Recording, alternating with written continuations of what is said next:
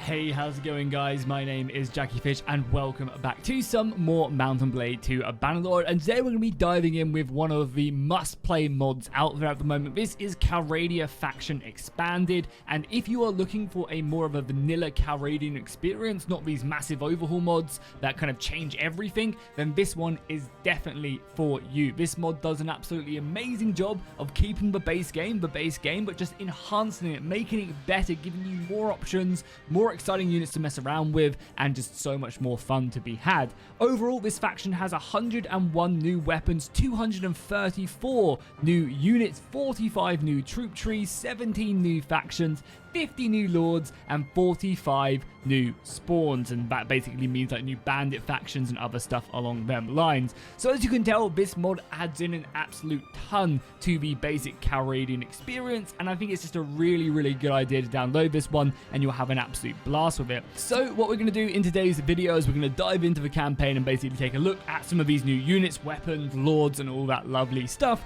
so you guys can get a better feel for the campaign itself. As well as that, at the end of the video, I will go ahead and do an install guide, kind of a really quick, like 5-minute how to install this mod, for those of you who are struggling with Nexus mods and not having the Steam Workshop. If you want to see this be a regular thing on my mod videos, then make sure to go ahead and drop a like and a comment down below. I'll only do it if I do go ahead and get kind of an outpour of positivity from doing this. So again, if you want to see me add more install guides to these videos, do that. Obviously subscribe if you haven't already, and let's dive into the campaign. Okay, so we are now diving in, and we'll start off with Valandia. As you can see, this new troop tree starts off with Valandian serfs and goes down into the levies. Then we branch off into the two-handed infantry and spear line. A lot of these soldiers actually do have a multitude of new weapons, such as axes, maces. They're much more prominent, and a lot of the knights are also equipped with a dagger as well. We have an archer line over to the right-hand side and the cavalry line. We also have a noble troop line as well right here, and you can see the differences that has been created when it does load. However, again, do keep in mind that this mod doesn't straight up remove the vanilla Calradian troop trees whatsoever. They are still there. This mod is here just to kind of add a bit more variety into that, which is also kind of exciting. Then if we zoom over here and we take a look at the battalions, we'll be able to see their troop tree as well. Again, you'll see them right here, the hawks. These are the flag bearers of the faction, so it's kind of cool to see the mod actually does add in specific flag bearers. The mod uses a lot of assets from Valandian steel. It uses open source armory and a few others. Again, we'll go through on how to install them later on. And here is the basic troop line, heavily focused on the archers, and we have the infantry kind of looking like them brave Spanish bull warriors. We have the cavalry, and then finally we have the trained swordsmen. Very scary indeed. Okay, so now let's go ahead and take a look at the Imperial troop tree. As you can see, it starts off with the Imperial plebs, moves down into the swordsmen, and then the infantry gets more and more elite with the more sword and shield on the left hand side, and an aggressive like kind of two-handed axeman like Varangian guard type units on the right. The palace guard looking absolutely hench as anything. They've got a javelin troop line and then also a lighter cavalry line. The Imperial line also just heavily armored cataphracts. I mean, what more can you want from these guys? Then we have the Kuzites. The Kuzites are going to be rocking a pretty nice roster. Honestly, I feel like they've gotten way more love than in the vanilla line. Their left-hand side troop line ends up developing into some serious glaive infantry, which I feel like is what the Kuzites are all about. You know, the horses and the glaives, and you know, I love a good glaive. Their elite cavalry is obviously going to wreck through anything. Their horse archers, and also their normal mounted horse archers as well, looking very scary indeed. Again, they do have a noble troop line. It's something that I didn't actually find when I was going through it, but every faction does also have another noble troop line as well. The Sturgeons looking as fierce as ever with their new weapons and equipment. Lots more throwing axes added in on them, and a lot more of just like scary infantry, especially the tier 4s and 5s. I feel like the later tier units in this mod definitely do go ahead and stand out from the crowd. They also have some really nice horse archers, more leaning into that kind of Kievan-esque style of nomadic horse archery and fighting, rather than the Viking style, which it can be a little bit confused with. Then as we move down into the Aserai, again, we can go ahead and take a look at their roster. So they are going to be equipped right here, and I like the Aserai roster because it does have a dedicated camel line as well. You can go down A lot of very aggressive kind of like skirmisher-esque infantry and just more heavily armored the further you go down the troop line. You can see them getting that little bit scarier, and the armor does just look really good. And then over here again you have that kind of bow camel line, which is really nice. They'll do some serious damage, and then the normal kind of like Mamluk two-handed axe infantry line as well. There are also so many more variants as well of units, which is really also pretty goddamn dope. On top of that, we also go ahead and have all the brand new factions that are entering into Calradia with this mod. So these factions don't go ahead and replace the current ones on the campaign map. There are still just 6 normal empires: Britannia, Valandia, the Kuzites, Azerai, and all the empire factions. However, these mods do go ahead and add in these roaming parties, all with their own backstories and laws, many of them having multiple lords under their command, and it's just really exciting. It really does breathe a lot of life into Calradia. For example, you guys can see a few of them on your screen right now. These ones start off actually at war with the current faction in some way or another. Some of them are doing it for an eternal crusade, others are just enjoying their lives raiding and pillaging, and many others are just neutral. But I think there's something like 6 that are at war with each of the major factions, and then you have 6 that are completely independent, neutral, don't want to go to war with anybody, just chilling. They might go to war, but it's at the beginning of the game they are just kind of neutral, chilling. Yeah, look at these guys right now as well. They're exploiting the current kind of I guess chaos in the empire, and they're getting stuck in. They're currently at war with everybody. Also, not sure why he's naked. Yeah, I don't know. But either way, there's all these new different factions, and as I said, there's 6 that are completely neutral. And again, all have their own unitary and storyline that fits in with that, which again is very dope. And these lords are also much easier to actually recruit to your own kingdom as well. So I believe they've been increased by like 50 to 75% chances of them joining you. So you can really go ahead and create that kingdom from these minor clans and not have to worry about the really annoying, like trying to convince someone and then paying them millions of dinars for no absolute reason. But yeah, many of these clans look absolutely amazing, really cool backstories as well. And it just adds a lot more flavor. On top of this, obviously, we also have all the new bandit squads as well. There's something like 45 new custom bandit spawns as well. So you're going to be fighting a whole wealth of new factions, which is, yeah, really, really good. And it just brings, as I said, so much life into Calradia. Okay, that's going to be it for the main look at the mod. What we're going to do now is we're going to shift over and do a little install guide. If you guys did enjoy the video, but you're jumping off now because you don't need the install guide, make sure you drop a like and a comment down below. And if you are sticking around for the install guide, make sure you go ahead and drop a like and a comment down below. I will do more of these if you guys watch them, and let me know in the comments if it's overwhelmingly positive.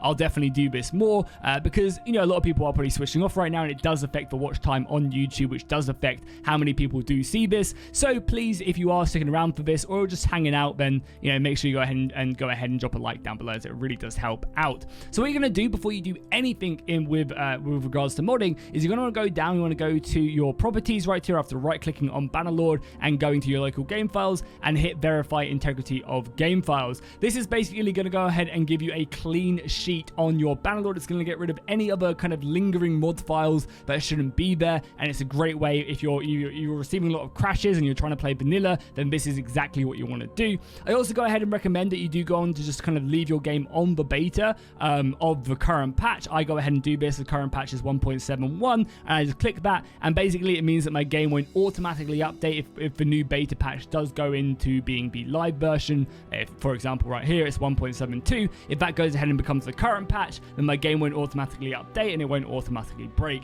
This is also a great way of going ahead and reverting back to a previous version of the game if you are looking to play specific mods. Now that we have gone ahead and verified our game integrity and put our game on a previous beta, what I recommend you do is obviously go over to the Mountain Blade 2 Bannerlord mod file right here. I'll leave a link to this down below in the description, and here it does also have an install guide and a lot more information about the mod if you want to check it out. But what you're going to want to do is you're going to want to go ahead and click on files, and then you're going to go ahead and click download manually right here. You are going to have an account on Nexus Mods to do this, and it will say, oh, this mod also needs all these extra files to go ahead and play it, which is absolutely fine. So what you're going to want to do is just control click on all of these guys, and you'll see them jump up on the top of your screen, and then basically just go through and download each and every one of these mods exactly how we're doing it by just going ahead and click manual download, and you're going to want to make sure that you do click manual download rather than mod manager. This way it's just way easier and it causes a lot less crashes. So go ahead and do that on all the mod files. Make sure you have everything that is required,